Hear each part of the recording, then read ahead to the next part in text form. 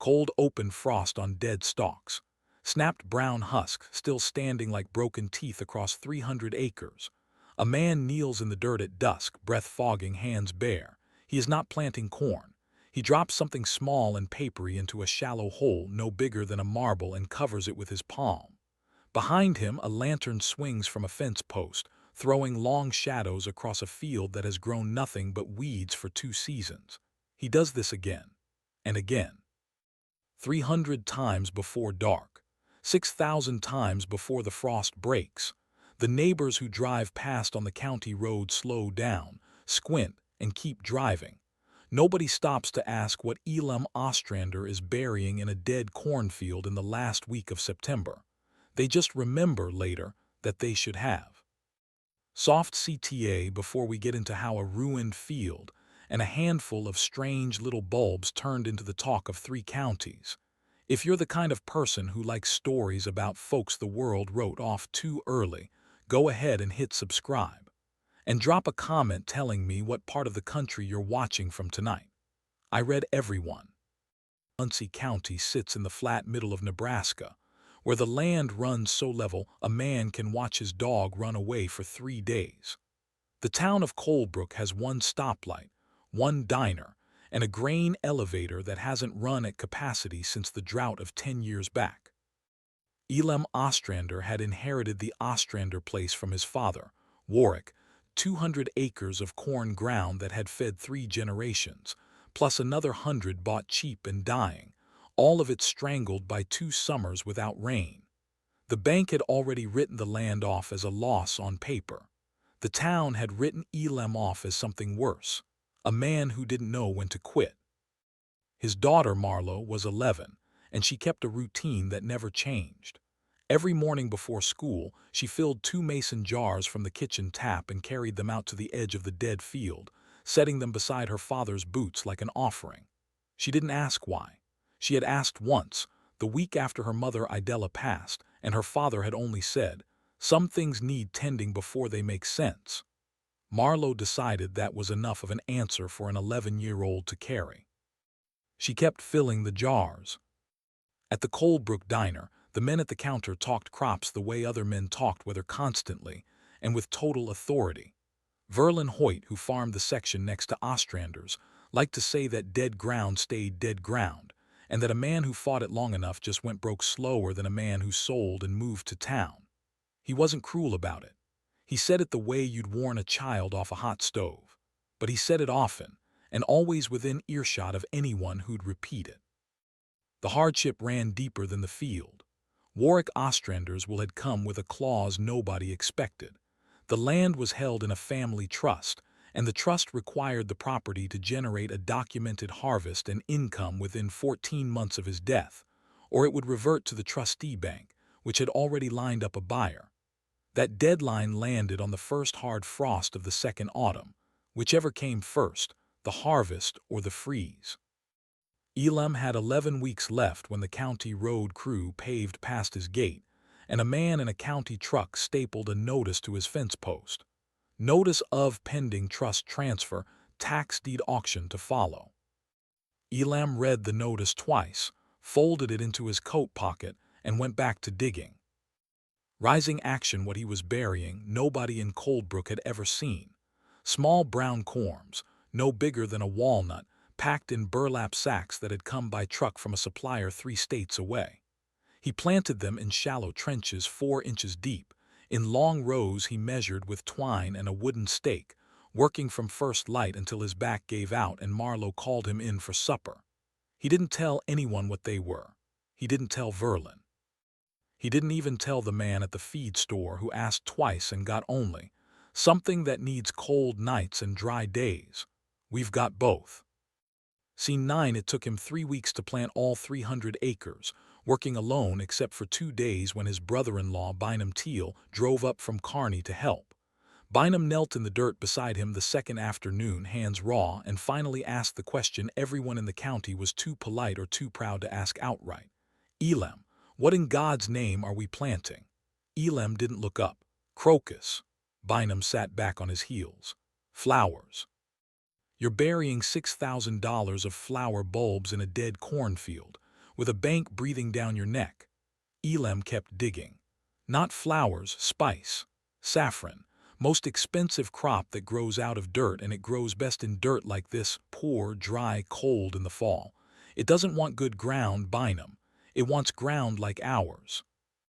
Bynum didn't say anything for a long moment. Then he laughed, not unkindly, and shook his head. You've got 11 weeks and a trust deadline, and you're betting the family land on a flower that has to be picked by hand. Elam sat back on his heels too and looked out over the rows, bare dirt, nothing showing yet, stretching to a horizon smudged gray with the season's first real cold front. I know how it looks, he said. It's supposed to look like nothing. That's the whole trick of it. Or it got around anyway, the way small things always did in a town of 900 people. Verlin Hoyt drove past the Ostrander gate most evenings on his way home, and most evenings he slowed his truck just enough to see Elam still out there, walking the rows with a hand sprayer, checking soil with a folding trowel, tying twine markers that fluttered in the wind like little white flags of surrender. Verlin mentioned it at the diner. Man's burying his savings in a field that already killed his corn twice. Somebody ought to talk sense into him. Nobody did. Grief has a way of making a town go quiet around a man, even when they think he's lost his mind. Midpoint setback 6 weeks in, the trouble started. A hard, early rain, the first real rain the county had seen in 14 months, came through in the first week of October and sat in the low corners of the field for 4 straight days. Saffron crocus cannot abide standing water. The corms rot from the inside before they ever show a shoot. Elam walked the low ground at dawn on the 5th day and found 40 rows gone soft and black underground. The corms turned to mush between his fingers. He sat down right there in the mud. Marlowe found him an hour later, still sitting, the cold water soaking through his jeans. He told her quietly that maybe Verlin had been right all along. That night Elam didn't eat supper. He sat at the kitchen table with his father's old ledger open in front of him, doing math that didn't work no matter how he turned it. The trust deadline circled in red ink 6 weeks out. Marlowe came in wearing her coat over her nightgown, carrying the 2 mason jars from the field and set them on the table in front of him, still full. You always say something, she said. Say something now. He looked at her a long time. Then he stood up, put his boots back on, and went out to the high ground with a shovel, a new sack of corms he hadn't yet planted, and a lantern. He worked through the night replanting the low 40 rows on higher ground he'd left fallow, moving twine markers by lantern light while Marlowe held a flashlight steady from the tailgate of the truck. By sunrise, his hands were split and bleeding at the knuckles, and every corm he had left was in the ground. He had 6 weeks before the frost, and no more seed to plant if this failed too.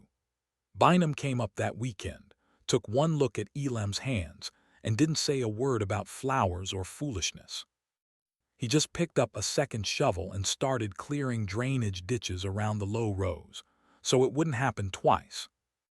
Through the last weeks of October, the field stayed bare and brown, exactly as it had for 2 years, and the whispers in Coldbrook took on a different flavor, not mockery now so much as pity, the kind reserved for a man everyone assumed had finally broken. The county trustee's office confirmed the auction date by mail. The 3rd Saturday of November, 10 o'clock, courthouse steps, unless documented harvest income was filed by the Friday before. Elam pinned the letter to the wall of the barn, next to a photograph of Idella, and kept walking his rows every morning like a man checking on something only he could see. On the second to last Thursday in November, the temperature dropped hard overnight, the kind of cold that turns breath to smoke and glazes the truck windshield by dawn. Marlowe woke before her father, pulled on her boots, and ran out to the field with the 2 mason jars out of habit, the way she'd done every morning for 2 months. She stopped at the fence line. The whole field, 300 acres of what had been dead brown dirt the evening before, had gone violet overnight. Thousands upon thousands of small purple flowers stood open in the frost, 6 inches high, trembling slightly in the wind, threading gold-red stigmas up out of each bloom like tiny flames. She dropped both jars in the grass and started screaming for her father. Saffron crocus blooms for one morning only, and must be hand-picked before the sun climbs high enough to wilt the flowers and dry out the threads inside. By 7 that morning, Elam and Marlowe were on their knees in the rows, pinching blossoms into shallow baskets as fast as their fingers would move, and by 8, Bynum's truck had come tearing up the drive, followed by a second truck and a third. Verlin Hoyt was among them, kneeling in a row he'd mocked for 2 months, filling a basket without a word. By 9, half of Coldbrook was in that field under a low gold sun, picking flowers off a piece of ground everyone had called dead, while a buyer from a spice cooperative in Lincoln, a man Elam had quietly written to back in August, stood at the fence with a scale and a checkbook, watching 300 acres turn the color of a bruise healing into something beautiful. The trustee's office received documented harvest income 4 days before the auction date, enough, once the saffron threads were dried, weighed, and sold by the gram, to clear the trust obligation twice over. The tax deed notice came down off the fence post. Marlowe framed it anyway in the barn, next to her mother's photograph. As a reminder of the year the family land almost went another direction. Coldbrook still talks about that November, the morning 300 acres of dead cornfield turned purple overnight, and half the county ended up on its knees in the dirt, picking flowers instead of judging the man who planted them. Verlin Hoyt still farms the next section over. He doesn't say much about dead ground staying dead anymore. Some autumns now, he plants a few rows of his own, off in the corner where nobody but Elam can see them yet. Marlowe still fills 2 mason jars most mornings. She just doesn't need a reason anymore.